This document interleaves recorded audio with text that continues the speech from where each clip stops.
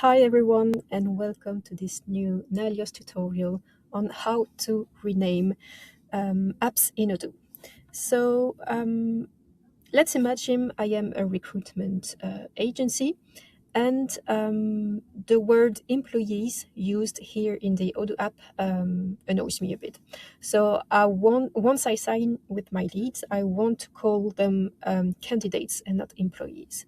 So what I'm going to do is that I'm going to replace this word by the word that I use in my company. To do this, you can open the Settings app, and we are going to activate the developer mode right here. What is this going to do? It's going to give me access to more features in Odoo. So I go back to the home page, and here I'm going to type on my keyboard translations. So I'm going to export translations. The language I'm going to use is English UK. My file format is going to be PO file, and here I'm going to export a module, so an app. And I'm going to select the app I want to export, so it's going to be employees. Of course, in this video, I don't focus on translations specifically. I really focus on the translation of an app. So in order to show you what I'm going to show, I installed what's called a PO edit.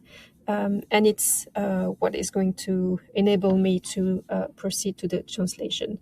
But of course, we have other e-learning videos about translation specifically and PO edit, so don't hesitate to watch those. So I'm going to export the employees module, and here I have my EnglishUK.po file. I'm going to open it this way. And I'm going to look for the employees word. Employees.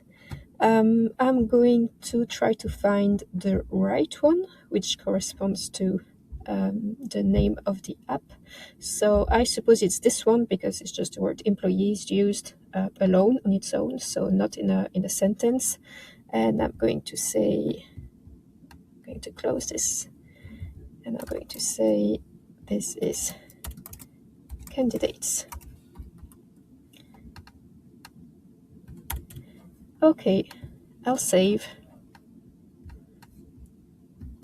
And then I'm going back to Odoo, translations, but this time I'm going to import translations, and I'm going to take the name of the language, English UK, the code,